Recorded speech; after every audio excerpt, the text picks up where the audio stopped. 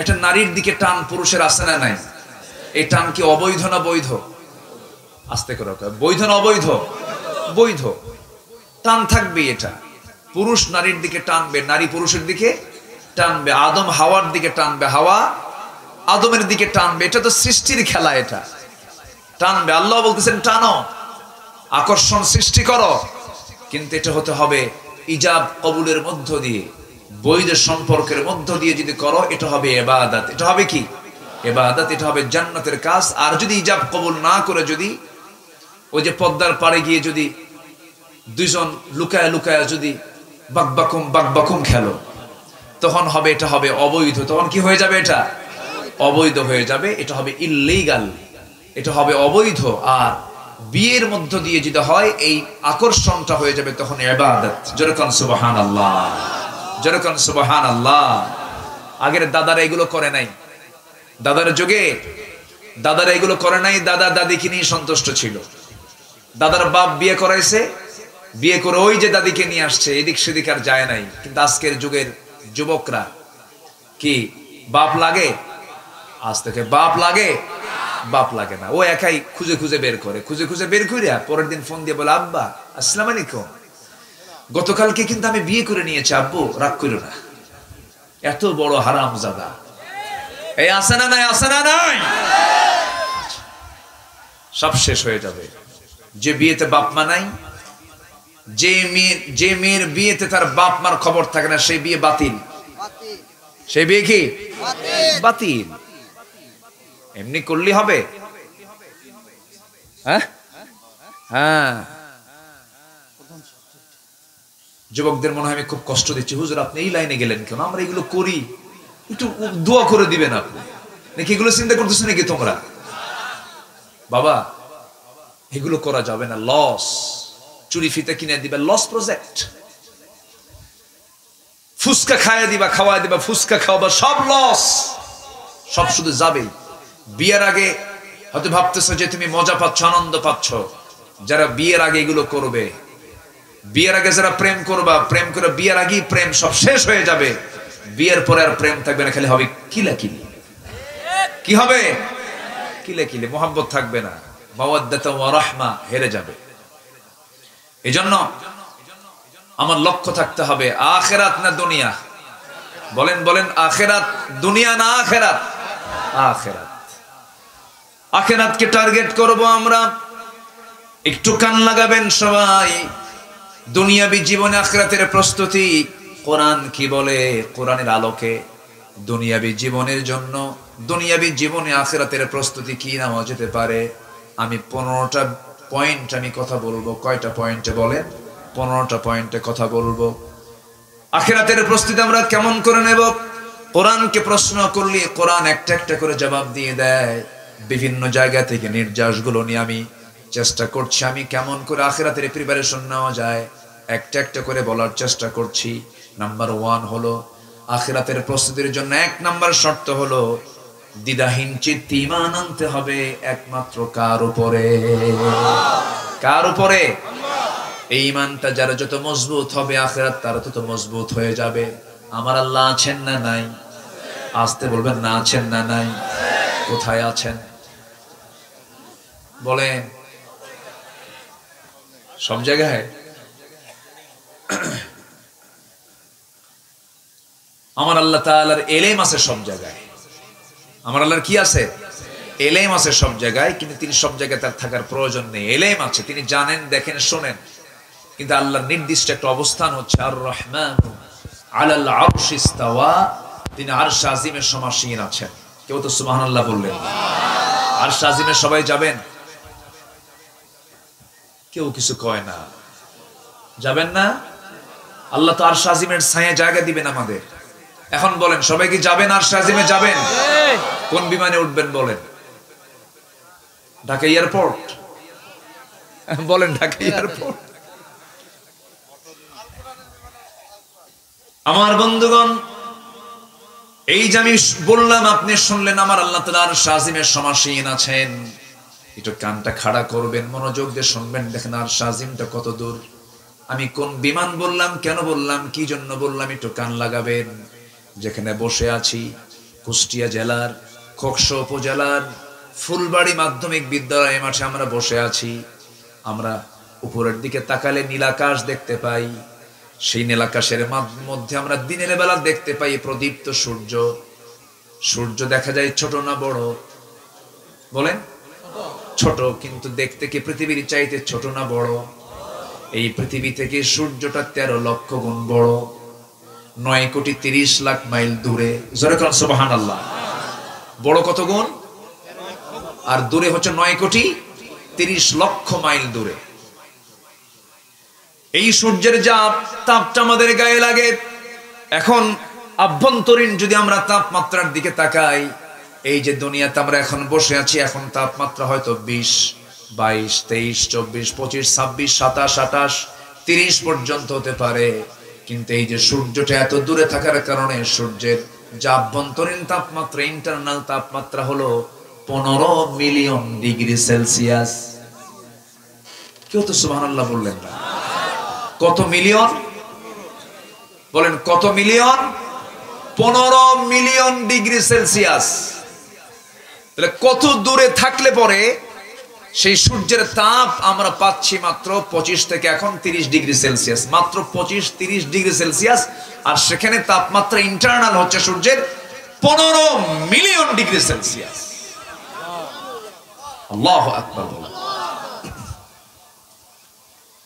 এই সূর্যের কাছে মানুষ কোনোদিন যেতে পারবে না, জ্বলে পুড়ে সারখার হয়ে যাবে। কিন্তু মানুষ চাঁদের দেশে গেছে কি গেছে না? চাঁদের দেশে মানুষ গেছে, চাঁদ দেখেছে মানুষ। মানুষ মঙ্গল গ্রহে চলে গেছে, মঙ্গল গ্রহ দেখলো, চাঁদও দেখলো। বান্দা যদি মনে করে সূর্যের কাছে তো যাওয়া সম্ভব না, একটু তারকার দেশে যাব। এই পৃথিবী থেকে আমরা যে রাতের বেলা মিটিমিটি করে জোনাকির মতো জ্বলা কিছু তারা আমরা দেখতে পাই, ওই তারকাগুলো যদিও দেখতে জোনাকির মতো দেখা যায়, কিন্তু এই তারকাগুলো ওই যে দিনের বেলা সূর্য দেখে, সূর্যের চাইতে এক একটা তারকা আছে 33 কোটি গুণ বড়। একটা তারকা কত কোটি গুণ বড়? তারকা কি একটা দুইটা নাকি? যায়্যানাস সামাআদ দুনিয়া বিমাসাবিহ। অসংখ্য তারকা, কোটি কোটি তারকারাজি। জোরে কোন সুবহানাল্লাহ। গোটা আকাশ জুড়ে শুধু তারকার তারকা। এই তারকার মাঝে সবচেয়ে নিকটবর্তী তারকা হলো প্রক্সিমা সেন্ট্রাই, পৃথিবীর সবচেয়ে নিকটবর্তী তারকা। এই নিকটবর্তী তারকা প্রক্সিমা সেন্ট্রাই যদি কেউ যেতে চায়, হয়তো মানুষ যদি চিন্তা করে একটু প্রক্সিমা সেন্ট্রাই যাবো, নিকটবর্তী তারকার দেশ ঘুরে আসবো। চাঁদের দেশে গেছে, মঙ্গল গ্রহে গেছে, সূর্যের কাছে কখনো যাওয়া সম্ভব না, কারণ মানুষের তাপমাত্রা ওখানে অ্যালাউ করবে না, মরে যাবে মানুষ।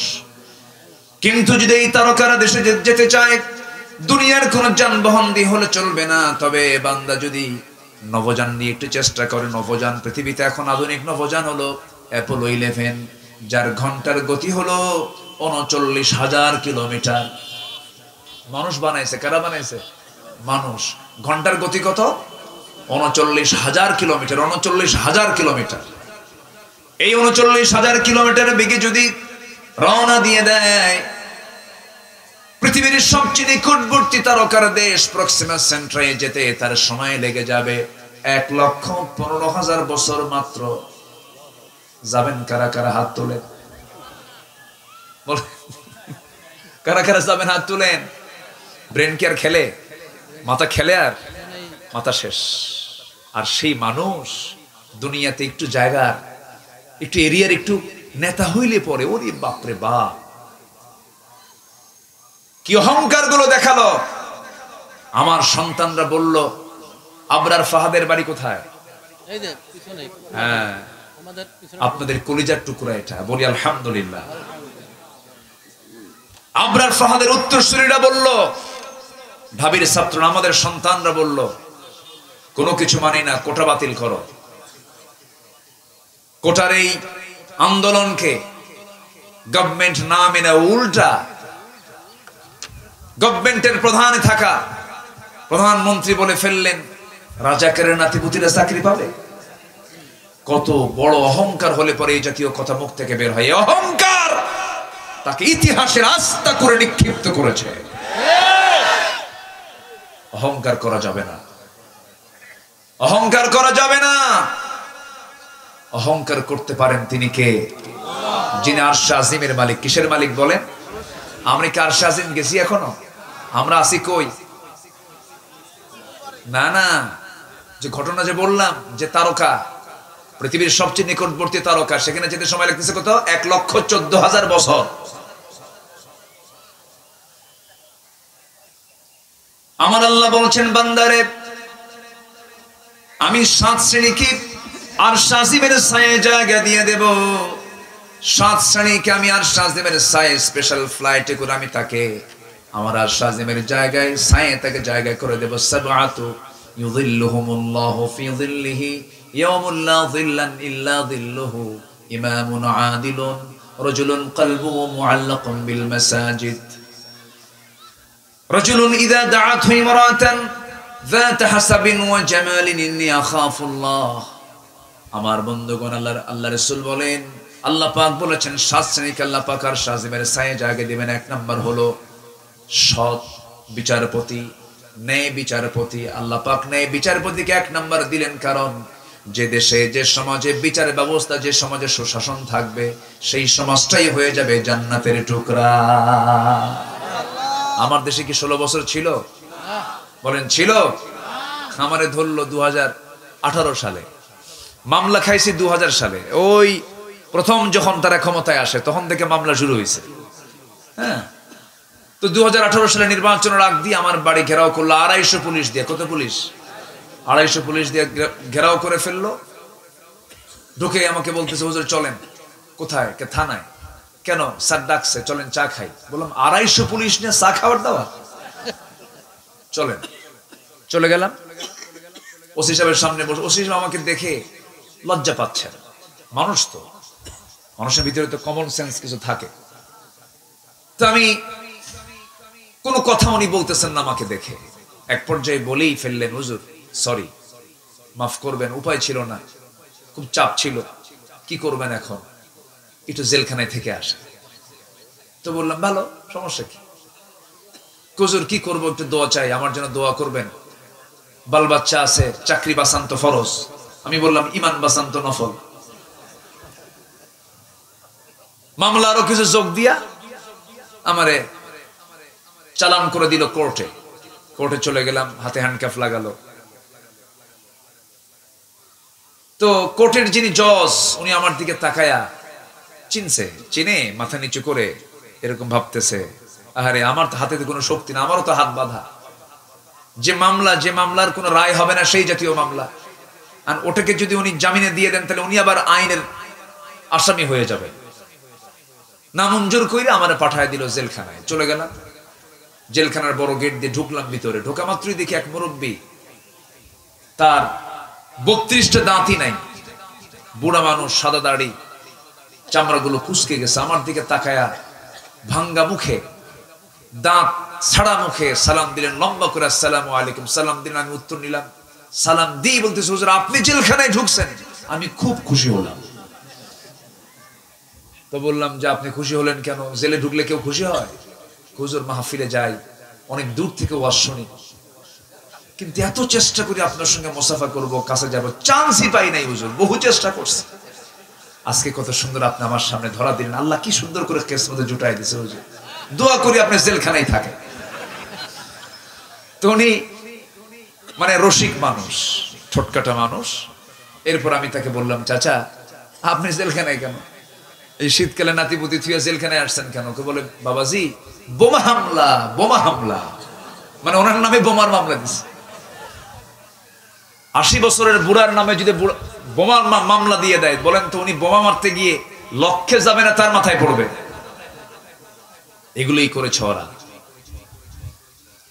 বহু কিছু করেছে। অবশ্যই তাদেরকে এটার প্রায়শ্চিত্ত ভোগ করতেই হবে, ঠিক কিনা? রিমান্ডে নিয়েছে স্বামীকে। স্বামীকে রিমান্ডে নেওয়ার পর অসহায় স্ত্রী থানায় এসেছেন, স্ত্রীকে ধর্ষণ করা হয়েছে। আবার বলে বন্দি রাখা আসামির বউরা জায়েজ। এইরকম করে কথা বলে, এরকম অমানবিক পাশবিক আচরণগুলো করেছে। প্রশাসনের কিছু বসে থাকা কিছু লম্পট সন্ত্রাসীরা, এদেরকেও চিহ্নিত করার দরকার আছে না নাই? আয়না ঘরে থাকা দুজন ব্যক্তি, ব্যারিস্টার আরমান এবং ব্রিগেডিয়ার আব্দুল্লাহ ইলামা নাজমি, দুজনকে আমি আয়না ঘর থেকে বের হওয়ার 3 দিন পরে আমি তাদের দুজনকে হসপিটালে দেখতে গিয়েছিলাম। প্রায় 2 ঘন্টা কথা বলেছি। শুধু বললেন যে আমরা এক একটা বিকাল পার করতাম আর ভাবতাম মনে হয় আগামীকালের বিকাল আমাদের কপালের জুটবে না। এইরকম করে কেটেছে তাদের 8 থেকে 10টা বছর। এটার নামে কি স্বাধীনতা? না। কেন কেন এগুলো হবে? এই আচরণগুলো কেন হবে? কি জন্য হবে? শুধুমাত্র একটাই কারণ, সেটা হলো ক্ষমতাকে কুক্ষিগত করে রাখার জন্য। শুধু ক্ষমতায় টিকে থাকার জন্য এগুলো করা হয়েছে। অপরাধ যেই করুক না কেন, সেই অপরাধের কোনো শাস্তি, সেই অপরাধের শাস্তি ছাড়া কোনো ক্ষমা হতে পারে না। আপনি ক্ষমা করবেন, সেই বিষয়ে ক্ষমা করতে পারেন যেটা মাফযোগ্য, ক্ষমাযোগ্য অপরাধকে আপনি ক্ষমা করতে পারেন। খুনের কোনো ক্ষমা নাই, খুনের কোনো ক্ষমা নাই। এটা আমার দিকে কান লাগান। কষ্ট পাচ্ছেন মনে হয় আপনারা? আমার ভাইয়েরা, আখিরাতকে আমরা সাজাবো। আল্লাহ রাব্বুল আলামিন বলেন, আমার আরশ আজিমের নিচে আমি 7 শ্রেণীকে জায়গা দিয়ে দেব। নাম্বার 1 হলো যারা ন্যায় বিচারের প্রতি, তাদেরকে জায়গা দেব। নাম্বার 2 হলো রাজুলুন কলবুহু মুআল্লাকুম বিল মাসাজিদ, যার দিলটা সর্বক্ষণ মসজিদের সঙ্গে লটকানো থাকে। আজান হওয়ার সঙ্গে সঙ্গে ছটফট শুরু করে, আমি নামাজটা পড়বো কখন, নামাজটা আদায় করব কখন। যার দিলটা সর্বক্ষণ খোকসার মসজিদ, কুমারখালীর মসজিদ, মজমপুরের মসজিদ, এরকম করে বিভিন্ন জায়গায় যখন যেখানে যাবে, কোর্টের মসজিদ, অফিসের মসজিদ, সব জায়গায় তার মসজিদের সঙ্গে দিলটা লটকানো থাকে। আল্লাহ রাব্বুল আলামিন বলেন, দিলটা মসজিদে লটকানো থাকা ব্যক্তিকে আমি আল্লাহ আমার আরশ আজিমের মেহমান বানায় দেব, ছায়ার মেহমান বানায় দেব। নাম্বার 1 আমরা শুনলাম ন্যায় বিচারপতি। নাম্বার 2 আমরা শুনলাম নামাজি ব্যক্তি। নাম্বার 3 হলো ওই সমস্ত বান্দাগুলোকে যার জিকির, যে আল্লাহর নামের জিকির করতে করতে তার ফাফাদাত আইনাহু, তার চক্ষু বেয়ে বেয়ে টপ টপ করে পানি পড়ে। যার চোখ দিয়ে আল্লাহর ভয়ে পানি পড়বে, আল্লাহ রাব্বুল আলামিন তাকে আরশ আজিমের ছায়ায় জায়গা দিয়ে দিবেন। নাম্বার 4 হলো ওই সমস্ত বান্দাকে আল্লাহ রাব্বুল আলামিন আরশ আজিমের ছায়ায় জায়গা দিবেন যে সমস্ত বান্দাগুলোর সামনে সুন্দরী রূপবতী সম্ভ্রান্ত পরিবারের মেয়ে প্রেমের প্রস্তাব দিয়ে ফেললো, তার চরিত্র নষ্ট করার জন্য বারবার প্রস্তাব দিল। সেই সময় যে যুবকটা বলবে ইন্নী আখাফুল্লাহ, আমি আল্লাহকে ভয় করি, ওই বান্দাকে আমার আল্লাহ তাআলা আরশ আজিমের ছায়ার মেহমান বানায় নেবেন। জোরে বলি সুবহানাল্লাহ। আরেক বান্দাকে আল্লাহ তাআলা আরশ আজিমের ছায়ায় জায়গা দিবেন যে বান্দা ডান হাতে দান করেছে, বাম হাত জানে না, বাম হাতে দান করেছে, ডান হাত জানে না। মা তুনফিকু বিয়ামিনি, ডান হাত দিলে পরে বাম হাত বুঝে না, বাম হাত দিলে পরে ডান হাত জানে না, সে গোপনে গোপনে দান করেছে। এই সমস্ত বান্দাগুলোকে আমার আল্লাহ অফার দিয়েছেন, বান্দাগুলো জেনে রেখে দিও, এই সমস্ত গুণ অর্জন করে আসবে, আমি আল্লাহ নিজেই তোমাকে স্পেশাল ফ্লাইটে করে আমার আরশ আজিমের ছায়া আমি তোমাকে জায়গা দিয়ে দেব। সবাই কি জায়গা নিতে রাজি আছেন ভাই? সবাই কি জায়গা নিতে রাজি আছেন? আমরা প্রস্তুতি নেব, আমরা দুনিয়ার না আখিরাতের। আসতে বলবেন না কার? আখিরাতের। 15টা পয়েন্টের মধ্যে 1 নাম্বার পয়েন্ট চলছে, আমরা ঈমান আনবো আল্লাহর উপরে, নবীর উপরে, সন্দেহ নিয়ে না সন্দেহ ছাড়া, সন্দেহ নিয়ে না সন্দেহ ছাড়া। আল্লাহ রাব্বুল আলামিন সূরা হুজরাতের 15 নম্বর আয়াতে বলছেন, ইন্নামাল মুমিনুনা আল্লাযীনা আমানু বিল্লাহি ওয়া রাসূলিহি সুম্মা লাম ইয়ারতাবু ওয়া জাহাদু বিআমওয়ালিহিম ওয়া আনফুসিহিম ফি সাবিলিল্লাহ উলাইকা হুমুস সাদিকুন। জোরে বলুন আল্লাহু আকবার। প্রকৃত মুমিন তো তারাই যারা আল্লাহর উপর ঈমান আনবে, নবীর উপর ঈমান আনবে, সুম্মা লাম ইয়ারতাবু, যারা সন্দেহ করবে না, যারা সংশয় আনবে না। আল্লাহর প্রতি ঈমান আনতে নিয়ে কোনো সংশয় আনা যাবে না। সংশয় তখনই থাকবে না বান্দার ভিতরে যখন বান্দার দিলের মধ্যে কোরআনটা ঢুকে যাবে। আপনি কি জানেন কোরআন যত আপনি বেশি জানবেন আল্লাহর প্রতি আকর্ষণ আপনার তত বেড়ে যাবে। এই জন্য আমরা কোরআনটাকে পড়বো বেশি বেশি, কোরআনটা শুনবো বেশি বেশি, গান শুনবো। গান শুনবেন, এটা কি কথা কয় কোন তো? ও না, আমি এই হিকমত বলতে বলিনি। বাজে কোনো সিনেমা গানে যাওয়া যাবে, আসতে যাওয়া যাবে। আল্লাহর ভয়টা আনতে হবে, আল্লাহর প্রতি বিশ্বাসটা আনতে হবে, ইমানটা মজবুত করতে হবে। আমার বন্ধুগণ, মানুষ ভালো হবে কারো ভয় নয়, একমাত্র কার ভয়ে? এই জাতিকে সবার আগে দিতে হবে প্রশাসনের ভয় না আল্লাহর ভয়। আজ তোমার প্রশাসনের ভয় না আল্লাহর ভয়, আল্লাহর ভয় ঢুকায় দিতে হবে। তাহলে আসামি ধরার জন্য পুলিশ লাগবে না, আসামি নিজেই হাজির হয়ে যাবে। সুবহানাল্লাহ বলবেন না? ছোট্ট একটা ইতিহাস মনে পড়লো, বলবো। একজন মহিলা সাহাবী, অনেক মা বোন মাহফিল আসছেন। এক মহিলা সাহাবী বিবাহিতা নারী ছিলেন, ওয়াসওয়াসায় পড়ে জিনার মতো বড় একটা পাপে জড়িয়ে পড়েছেন। জিনা করার পর তার মধ্যে অনুশোচনা সৃষ্টি হয়েছে। চোখের পানি ফেলে ফেলে কাঁদলেন, সেজদায় পড়ে পড়ে কাঁদেন, তওবা করলেন। নবীর কাছে একদিন হাজির হয়ে বললেন, ইয়া রাসূলুল্লাহ, আপনি বিচার করে দেন। সেই সময় রাসূল হলেন বিচারক, বিচারক মুহাম্মদ সাল্লাল্লাহু আলাইহি ওয়াসাল্লাম। হুজুর বিচারটা করে দেন। কি বিচার? ইয়া রাসূলুল্লাহ, আমি তো জিনা করে ফেলেছি। রাসূল বললেন, না তুমি জিনা করো নাই। হুজুর, আমি জিনা করে ফেলেছি। না তুমি করো নাই। হুজুর, আমি সত্যি, যতবার বলবেন আমি ততবার বলবো আমি জিনা করেছি। রাসূল বলছেন, তোমার জিনার তো সাক্ষী নাই। জিনার সাক্ষী লাগে চারজন। কয়জন লাগে? চারজন সাক্ষী লাগে। রাসূল তাকে বাঁচাতে চাইলেন। মহিলা সাহাবী বললেন, ইয়া রাসূলুল্লাহ, যতবার বলবেন আমি ততবার বলবো আমি জিনা করেছি, কারণ আমি জানি আমি নিজেই তার সাক্ষী। আমার দুনিয়াতে শাস্তি হয়ে যায় যা, কিন্তু আখিরাতে আমি জিনাকারীর কাতারে আমি দাঁড় হতে চাই না। কার ভয়? আসতে বলবেন না, কার ভয়? আল্লাহর ভয়। এক পর্যায়ে রাসূল বললেন, মহিলা জিনা তো করেছো, জিনার ফলে কোনো পেটে বাচ্চা আসছে নাকি? হ্যাঁ, বাচ্চা চলে আসছে। কোনো কথা নাই, যাও। সন্তান ডেলিভারি না হওয়া পর্যন্ত কোনো আইন কার্যকর করা যাবে না। মহিলা চলে গেলেন বাড়িতে, সন্তান ডেলিভারি হয়ে গেল। চোখের পানি ফেলে ফেলে কাঁদতেছেন। সন্তান ডেলিভারি 2 দিন 3 দিন 4 দিন পর নয়, মাত্র একটা দিন পর নবীর কাছে এসে বলছেন, ইয়া রাসূলুল্লাহ, সন্তান তো ডেলিভারি হয়ে গেছে। রাসূল বললেন, সন্তানটা জীবিত না মৃত? হুজুর, সন্তান তো জীবিত রেখে আসছি।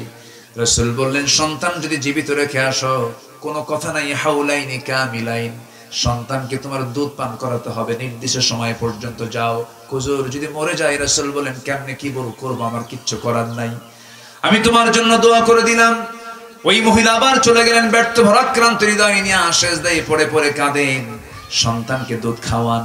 6 মাসের মাথায় টোটালি দুধ বন্ধ করে দিয়ে অন্য খাবারের প্র্যাকটিস গড়ে তুলে সন্তানকে কোলে করে নিয়ে নবীর কাছে তৃতীয়বারের মতো এসে বলছেন, ইয়া রাসূলুল্লাহ, আজকের দিন আমাকে আর ফেরত দেওয়ার চেষ্টা করবেন না। এই যে সন্তান দুধ খাওয়া ছেড়ে দিয়েছে, আমাকে ছাড়াও সন্তান বাঁচবে। অন্য খাবারের অভ্যাস গড়ে তুলে দিয়েছে। হুজুর, আপনি আমার উপর আইনটা কার্যকর করে দেন। আমি জাহান্নাম যেতে চাই না, আমি জান্নাত পেতে চাই। দয়া করে শাস্তি যদি দুনিয়াতে হয়ে যেত, আখিরাত আমার জন্য ক্লিয়ার হয়ে যেত। জোরে কোন সুবহানাল্লাহ। আমার নবীজি হাতটা গায়ে দিলেন, সন্তানটা কোলের মধ্যে নিলেন, উঁচু করে ধরলেন এবং বললেন, সাহাবীরা, এই যে হাতটা উঁচু করে ধরেছে যে সন্তানকে, সন্তানের লালন পালনের দায়িত্ব যে বান্দা গ্রহণ করবে, আমি রাসূল আর ওই সাহাবী জান্নাতের মধ্যে ফাহিয়া ফিল জান্নাতি কাহাতাইন, 2 নখের দূরত্ব অবস্থান করব। সঙ্গে সঙ্গে কয়েকজন সাহাবী দৌড় মারলেন, একজনকে সন্তান কোলে তুলে দিলেন, যাও নিয়ে যাও। আমার নবী যাবার বলছেন, নিয়ে যাও। মহিলাকে উন্মুক্ত মরু প্রান্তরে বুক পর্যন্ত পুঁতে রেখে পাথর মেরে তাকে শেষ করে দাও। যখন পাথর মারা হচ্ছিল, সাহাবায়ে কেরাম যখন পাথর মারছিলেন, এই হুকুমটা কার? আসতে বলবেন না, কার? একটা করে জেনার শাস্তি যদি কুষ্টিয়ার চৌড়হাঁস মোড়ে, মজমপুর মোড়ে, যশোরের চাঁচড়ার মোড়ে, বগুড়ার সাতমাথায়, পাবনার 2 বাজার, এরকম করে ঢাকার পল্টনে, এইরকম করে করে যদি প্রত্যেকটা পয়েন্টে পয়েন্টে যদি জেনাকারের এক একটা শাস্তি যদি সবার সামনে যদি আল্লাহর নির্দিষ্ট হুকুমে যদি দেওয়া হয়, পরের দিন আল্লাহর কসম করে বলি, কোন পুরুষ লোলুপ দৃষ্টিতে কোন নারীর দিকে তাকানোর সাহস পাবে না। ঠিক কিনা? বিধানটা কার? আজকে বিধানটা কার? আল্লাহ পাকের বিধান। আমার বন্ধুগণ, একটু কান লাগাবেন। আমার নবীজি বললেন, ও সাহাবীরা মহিলাকে নিয়ে যাও। সাহাবীরা যখন পর্দার নিয়ম রক্ষা করে বুক পর্যন্ত পুঁতে রেখে যখন কাপড় চোপড় পরায় যখন তাকে পাথর মারতেছিল, এমন সময় মহিলার শরীর থেকে কয়েক ফোঁটা রক্ত ছিটকে এসে সাইয়েদনা আলীর হাতের মধ্যে লেগে গেল। সাইয়েদনা আলীর হাতের মধ্যে যখন লেগে গেছেন না, রক্তগুলো দেখে তিনি নাক শিকায়া তুললেন, বরসনা করলেন, হারে নাপাক রক্ত আমার গায়ে লাগলো। এই কথাটার পুনরাবৃত্তি নবীর সামনে যখন করলেন, রাসূল বলছেন, আলী কার রক্তকে নাপাক রক্ত বলো? তুমি কি জানো আমার এই মহিলা সাহাবীর মৃত্যুটা দুনিয়াতে হয়ে গেছে। এই মহিলা সাহাবীর রক্ত জমিনে স্পর্শ হওয়ার পূর্বে আল্লাহ রাব্বুল আলামিন তাকে জান্নাতের মেহমান বানায় নিয়েছে। জোরে বলে সুবহানাল্লাহ। কার ভয়? আসতে বলবেন না, কার ভয়? এই জাতিকে দিতে হবে আগে কার ভয়ের শিক্ষা। আর এই 16 বছর দেখাইছে এরা কিসের শিক্ষা? আল্লাহর ভয় না শাসকের ভয়? আমারে ভয় কর, হ্যাঁ আমারে ভয় কর। কিন্তু জনগণ জিম্মি থাকতে থাকতে থাকতে থাকতে সহ্যর হয়নি, বিস্ফোরণ ঘটে গেছে, ঠিক কিনা? পালানোর জন্য একটা রাস্তাও পায় নাই, ভাঙ্গা হেলিকপ্টারে বিদায় নিতে হয়েছে, দুপুরবেলা খাবারের কিসমতটাও জুটে নাই। আমি দোয়া করে দেই নাকি? আজান হয়ে গেল যে, সমস্যা নাই তো? সবাই কি নামাজ পড়তে রাজি আছেন? সবাই একসঙ্গে নামাজ পড়বো না ইনশাআল্লাহ?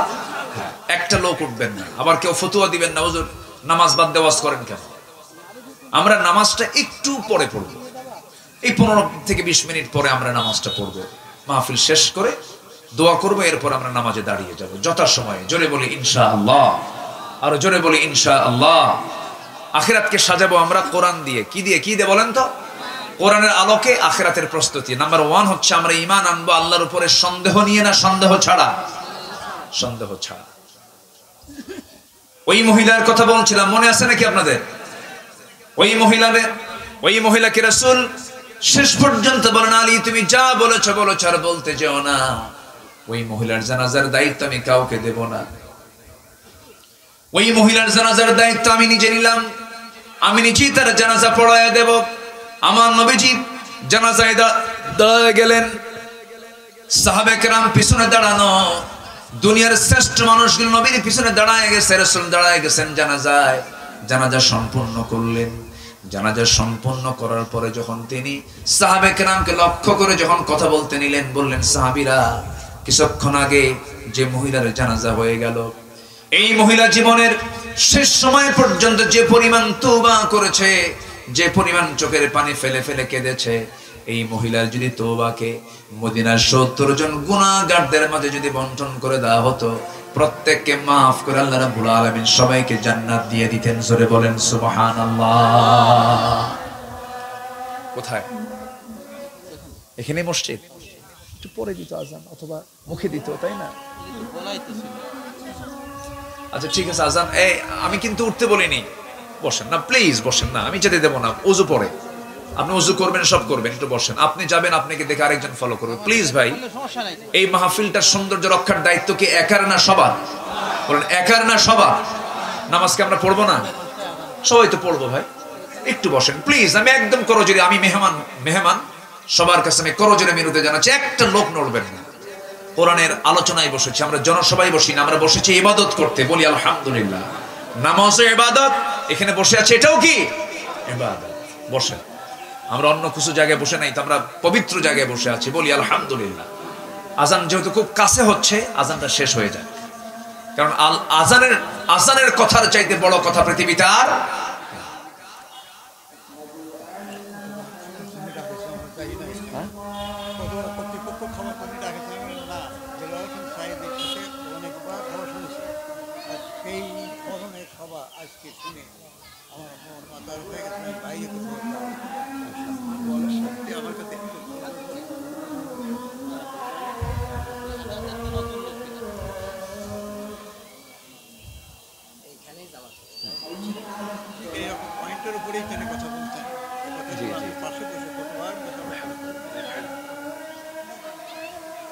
পরে বলবেন, এটা আমি আপনাকে বলার জন্য।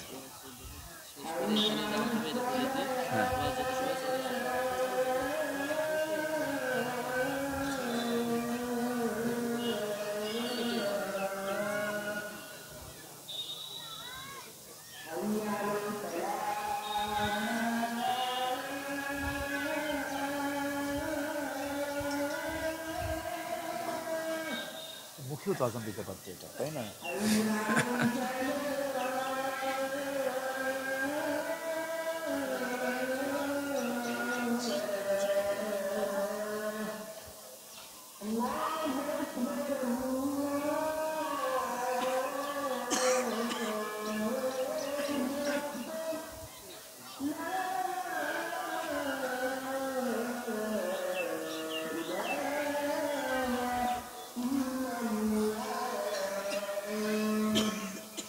اللهم رب هذه الدعوة التامة والصلاة القائمة آت محمد المسلم